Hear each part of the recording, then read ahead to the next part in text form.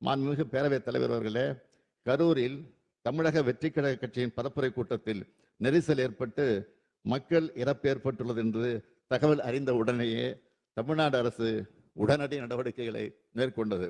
மருத்துவம் மற்றும் மக்கள் நல்வாழ்வுத்துறை அமைச்சர், முதன்மை செயலாளர், தேசிய நல்வாழ்வு குழும இயக்குனர் உள்ளிட்டப்பட்டார்கள். மேலும் அன்று இரவே நானும் கரூருக்கு சென்று பாதிக்கப்பட்ட குடும்பங்களை சந்தித்து ஆறுதல் கூறினேன். கரூர் துயரத்தை கேள்விப்பட்டதும் என்னால் வீட்டில் இருக்க முடியவில்லை. அதனால்தான் உடனடியாக கரூருக்கு அன்றைய இரவே சென்றேன். மருத்துவமனையில் சிகிச்சை பெற்றவர்களை நேரில் பார்வையிட்டு மருத்துவரோடு ஆலோசித்து உத்தரவு பிறப்பித்தேன். அரசின் அனைத்து துறைகளிலும் ஒருங்கிணைந்து செயல்பட்டனர்.